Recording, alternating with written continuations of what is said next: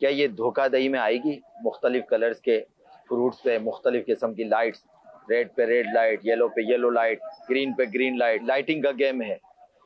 تو پلیز شیخ اب آپ ہی بتائیے کہ آخر درست کیا ہے؟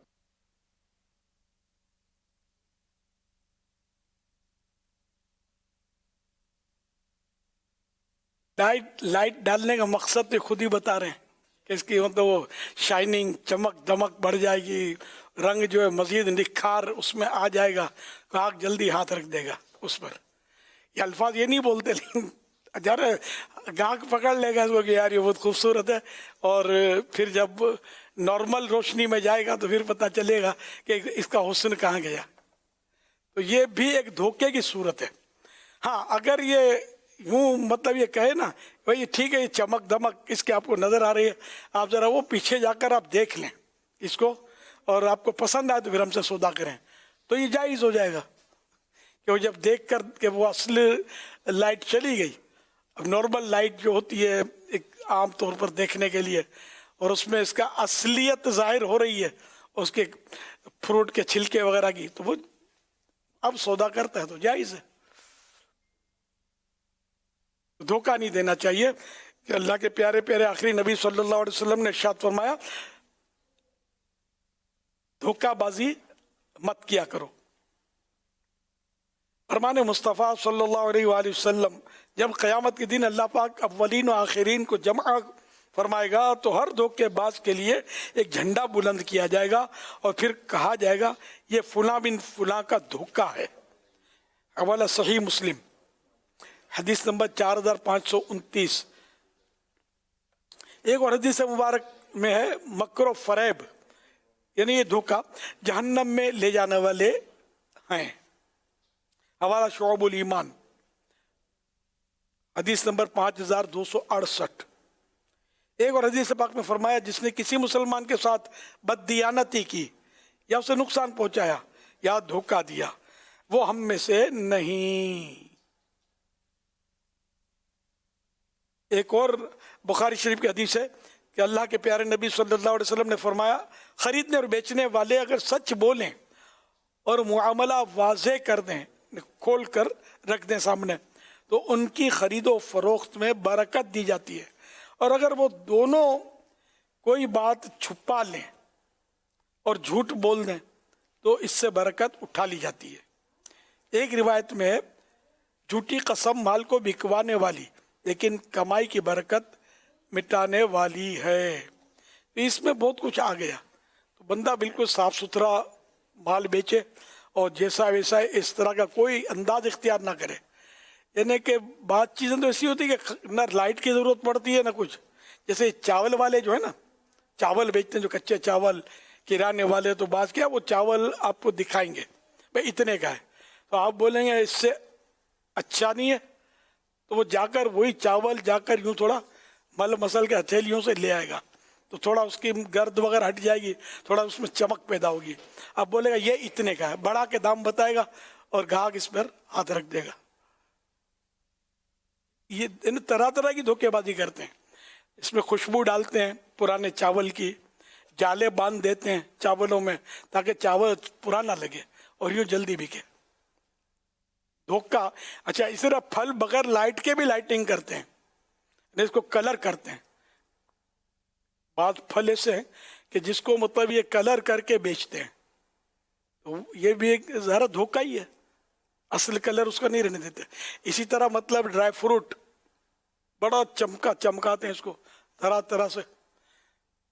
کھجوریں جو ہیں جو سنگل کھجوریں ہوتی ہیں وہ کھجوریں دھوتے ہیں، میل اتر گیا، چلو یہ تو صحیح ہے نا، دھلا ہوا بیچا.